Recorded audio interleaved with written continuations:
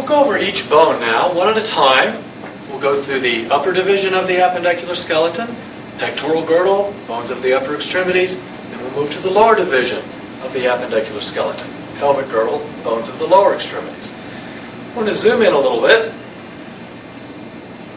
because we're going to start with the clavicle. This is the clavicle right here. Again, note that it is the only articulation between the upper appendicular skeleton and the axial skeleton. And again, that articulation is right here between the medial or sternal aspect of the clavicle and the manubrium of the sternum. And that joint is called the sternoclavicular joint. Laterally, the clavicle articulates with the acromion process of the scapula. So the lateral extremity of the clavicle is the acromial extremity of the clavicle. And again, it articulates with the acromion process of the scapula to form the acromioclavicular joint. Let's zoom in just a little more. Okay, so we're looking at the clavicle and its articulation medially with the manubrium of the sternum and laterally with the acromion process of the scapula. I have a disarticulated clavicle. I'm going to lay it right here, and you might be able to see things a little more clearly. So this is the medial or sternal extremity of the clavicle. Notice that it's broad as opposed to the lateral or acromial extremity of the clavicle. Notice how narrow it is. Also, notice that the acromial extremity or lateral extremity of the clavicle projects anteriorly.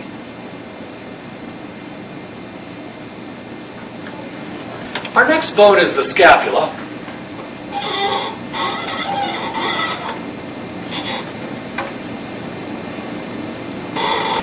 This is a lateral view of the scapula.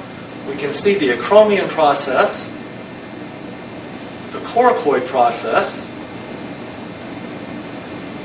This is the glenoid fossa. This is where the head of the humerus articulates to form the shoulder. And if we go to more of a posterior view, we can see the spine of the scapula. And if you follow the spine out, you see that it actually becomes the acromion process. This is a disarticulated scapula, lateral view. There's the glenoid fossa. Again, articulates with the head of the humerus to form the shoulder.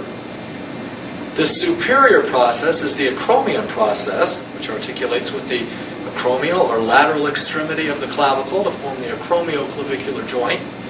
This is the coronoid process, which is an important muscle attachment. If I rotate the scapula posteriorly, this is the spine of the scapula.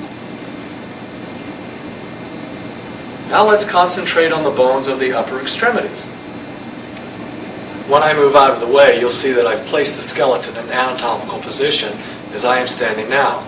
Arms at my sides, and thumbs, or digit number 1, are projecting laterally. The palms of my hands face anteriorly. Okay, so the skeleton is in this position. Thumbs are here and here.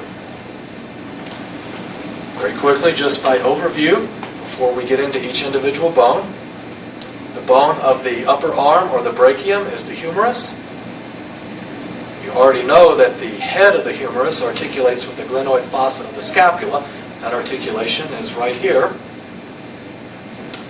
The bones of the antebrachium or upper arm are the medial ulna. That's only going to be medial when you're in anatomical position. A lateral radius. Then the bones of the wrist, which are in this area, are the carpals. There are 8 carpals. The bones of the hand, I'm rotating things now. These are the bones of the hand. They are the metacarpals. There are 5 of them, numbered 1 through 5, where number 1 corresponds to the thumb, number 5 corresponds to the pinky. Finally, the bones of the fingers, the phalanges. There are 14 phalanges. The thumb has 2. All of your other digits have 3.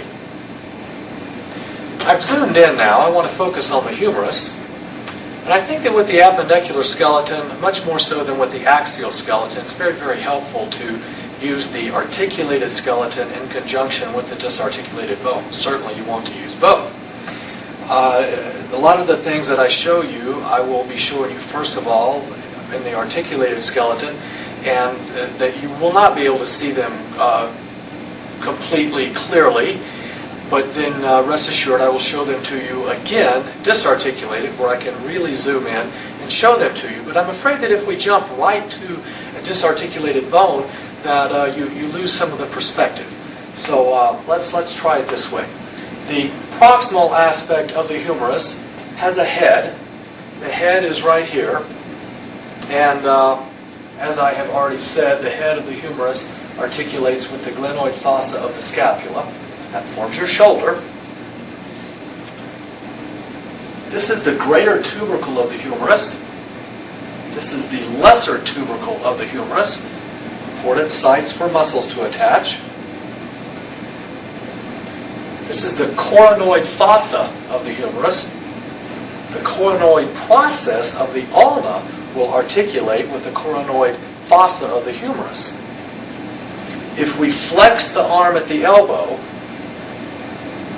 this piece of the ulna right here, which is called the coronoid process, it goes into, I'm trying to rotate things so you can see them. So right there, the coronoid process of the ulna is going into the coronoid fossa of the humerus. Rotating now so that we can see the posterior aspect of these bones. This is the olecranon fossa of the humerus, and it articulates with the olecranon process of the ulna. In the extended position, the olecranon process of the ulna is in the olecranon fossa of the humerus. And so as you flex your arm at the elbow, the olecranon process of the ulna, the coronoid process of the ulna are articulating with the olecranon and coronoid fossa of the humerus, respectively. The part of the humerus that the ulna is rotating around is called the medial condyle, or the trochlea. And therefore, appropriately, the part of the ulna that is rotating around that medial condyle, or trochlea of the humerus, is called the trochlear notch. So this is the medial condyle, or trochlea of the humerus. On the opposite side, this is the lateral condyle, or capitula of the humerus. Now let's go to a disarticulated humerus and see all of these things again. Okay, so I've placed a disarticulated humerus. This is actually the right humerus on the camera case, and I'm going to have to move things around a little bit, zoom in and out, and see all of these surface features. This is the proximal aspect of the humerus, distal aspect of the humerus. If we start with the proximal aspect of the humerus, this smooth articular surface is the head.